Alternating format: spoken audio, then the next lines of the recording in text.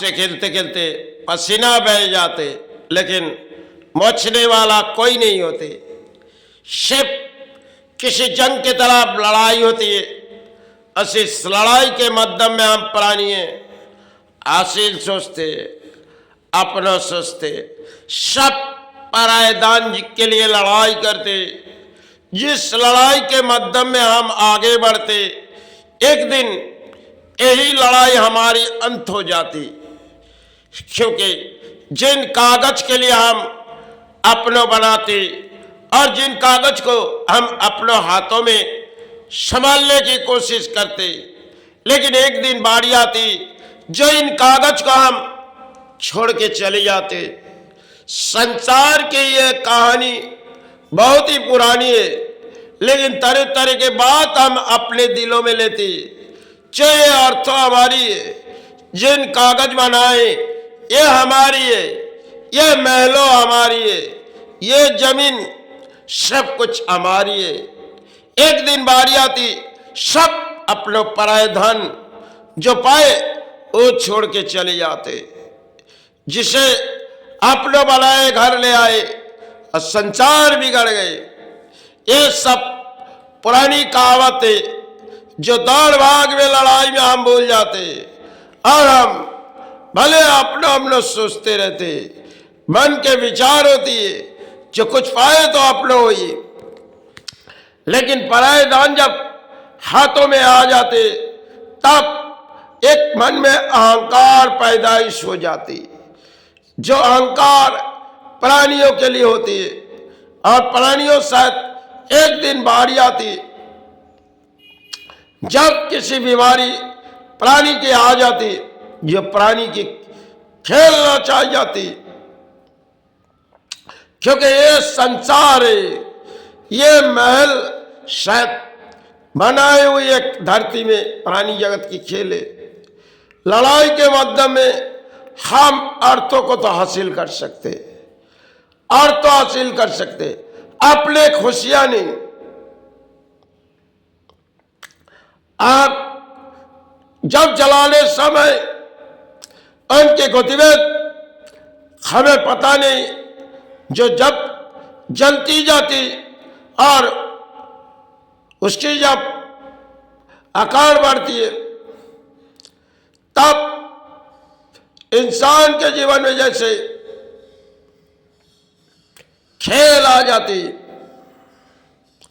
क्योंकि जब किसी कोयला जलती है लेकिन उसकी स्टीम बढ़ती है, ऐसे समय समय हमारे लड़ाई के माध्यम में हमारे शक्ति के बल होते हैं, लेकिन एक दिन शायद प्राणियों के खेल होती है जो ताकत दिखाते, यह ताकत अपने एक दिन कमजोरी हो जाते, चाहे कितनी भी ताकतवर हो, क्योंकि इस शक्ति की आविर्भाव अगर इस शरीर से होती है, एक दिन इस शरीर की ताकत शायद कमजोरी हो जाती, तब प्राणियों के लिए वही खेल हो जाती जो सब कुछ तो पाए और पराये दान जो लिए ये अपने हाथों में लिए, लेकिन इसकी लड़ाई तो हमारे लिए पूरी तरह टूट चुकी गई, पूरी तरह टूट चुकी गई। सिर्फ संसार में बसाए प्राणियों के खेल है जो सोचते गए इन कागज अपनों है, जिससे घरों में रखी वो अपनों है, आज जो बाहर घूमने लगे वो अपनों है। कभी हमने यह मध्यम नहीं सोची, जिन कागज हम उठाते जाते इनमें किसी के नाम नहीं है, भले हम अपनों क्यों बुलाए। इन कागज को अगर हाथों में देखो, इन कागज में किसी की नाम नहीं है, लेकिन मन में जब अहंकार आ जाती,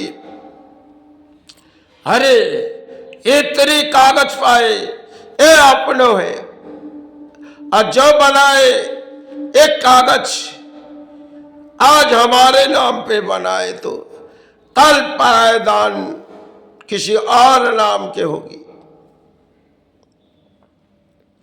संसार के एक दस्तूर है जिसे हम भूल जाते हैं, क्योंकि लड़ाई के मध्यम होती है, कभी इस लड़ाई के अंत होती है, लड़ाई के अंत होती है, क्योंकि लड़ाई चाहे इंसानों के दिलों में होती है और सुख ढूंढते जाते, जो हम इस कागज को देखे सुख के वातावरण में आ जाएगी, लेकिन आती है तो दुखों के खेल, उसे संभालनी पड़ती है।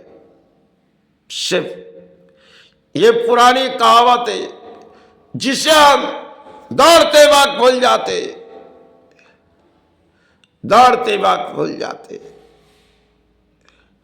लड़ाई के मध्य में हम हासिल हो जाते, लेकिन मन में एक आकार आती है, एक दिन सारे अहंकार इंसानों के बारिये टूटते जाते, सिर्फ बिगड़ी हुई जो संसार बिगड़ी हुई जाती और शायद खेल किसी रचाई जाती। यही मतलब हमारी प्राणी की जीवन होती है।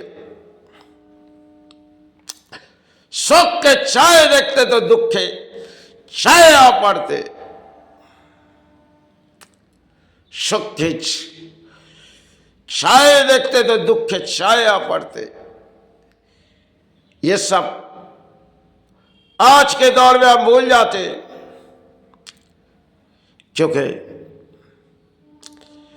इंसान को किसी सबक सिखाने वाले समय भगवान राम ने अधिक प्रतीक्षा उस वनवास में लिए, लेकिन फिर भी लड़ाई के मध्य में उसे हासिल दिखानी थी। समय की बात थी जो इतिहास हमारे लिए सामने खड़ी हो जाती, लेकिन लड़ाई राम के लिए भरी गुरु थे, उनकी लड़ाई काफी समय चली थी। जब 13 साल आ चुकी,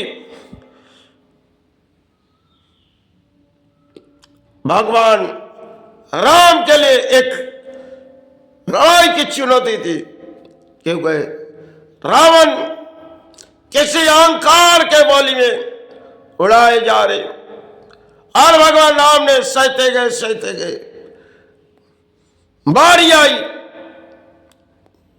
तो रावण मिटे गए, क्योंकि रावण के मन में एक अहंकार थी और राम के मन में एक आविर्भाव थी, जो एक इतिहास तो हमारे आज भी हमारे महान भारत पर लफ्जों पर प्राणी दौड़ाते, लेकिन राम के लिए वो तीरों की लड़ाई थी, उस वनवास गए, लेकिन गुरु की निर्देश थी,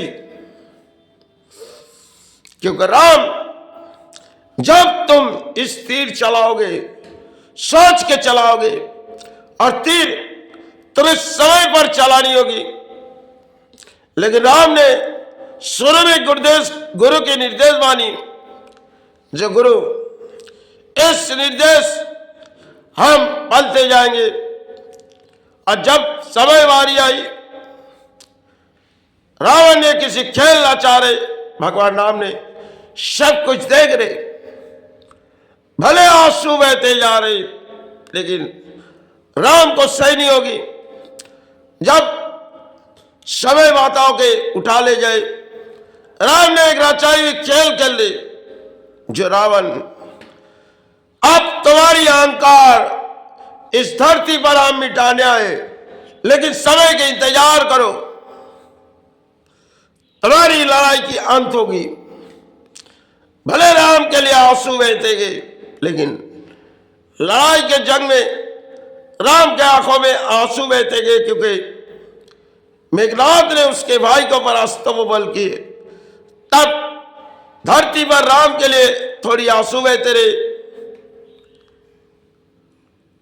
जितने धरती में गुरु देख रहे, जो आज इस धरती पर राम रहे जा रहे, समय के किसी लड़ाई में जब राम शामिल हुए थे तो राम के आंखों में जब आंसू गिरने लगे, तब ब्रह्मा जी कह रहे, जो इस धरती पर राम जाके आंसू गिरा रहे, अब रावण को जो शक्ति दिए उसे राम तो प्राणी हिसाब से गए, लेकिन लड़ाई की अंत होगी जब भगवान विष्णु ने इस धरती पर प्राणी हिसाब से रामचंद्र बन के आए और महाराज रावण को बिठाने आए।